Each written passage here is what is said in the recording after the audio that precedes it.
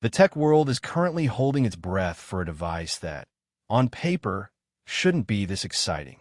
We're talking about the entry-level iPad, the workhorse of the Apple ecosystem. But the rumors surrounding the 12th generation iPad are unlike anything we have seen for a base model tablet in years. For the longest time, the budget iPad was the safe choice, the reliable, no-frills option for students and families. But 2026 is shaping up to be the year Apple completely flips that narrative. The leaks are no longer just whispers in supply chain reports. They're pointing toward a fundamental shift in Apple's strategy. We are looking at a device that isn't just an iteration. It's a potential disruption to the entire tablet market. The biggest story here, and the one that has every tech analyst talking, is the integration of the A18 chip.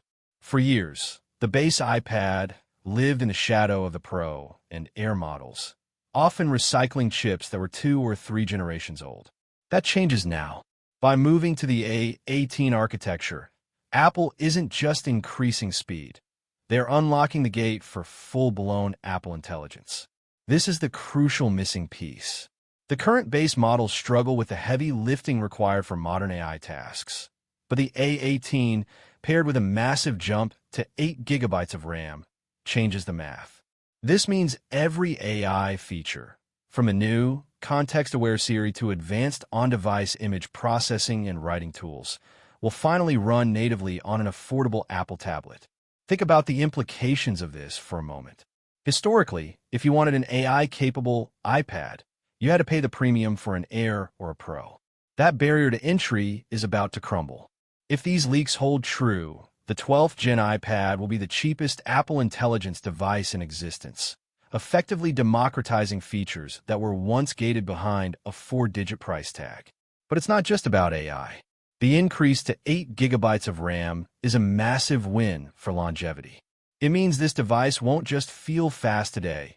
It's being built to handle the next 4 or 5 years of iPadOS updates, multitasking, and resource-heavy creative apps. Now, let's talk about the hardware trade-offs, because Apple never gives everything away for free. The design is expected to remain largely consistent with the current chassis, that clean, modern, flat-edged look we've grown to love. We shouldn't expect an OLED panel or a 120Hz promotion display here. That's exactly where Apple draws the line to keep the price point competitive. You're likely looking at a refined 10.9-inch liquid retina display. It's reliable, color-accurate, and bright, but it's a 60 Hz panel. For the average user, this is a non-issue, but it's a necessary compromise to keep the iPad 12th Gen sitting comfortably in that sweet spot where value meets power. There's also the question of the release timeline, which has been a roller coaster. Recent signals from Apple's financial reports suggest that the company is playing a game of difficult compares, waiting for the perfect window to maximize market impact. While some hoped for an early summer release, the shifting dates suggest we are looking at a strategic launch later in the year, designed to clear the market of older inventory and make the 12th Gen the definitive back-to-school or end-of-year purchase. If you've been holding off on buying a tablet, the delta between the current 11th Gen and this upcoming 12th Gen is going to be massive. The combination of the A18 chip, AI capabilities, and boosted RAM makes it perhaps the most significant value update in the history of the product line.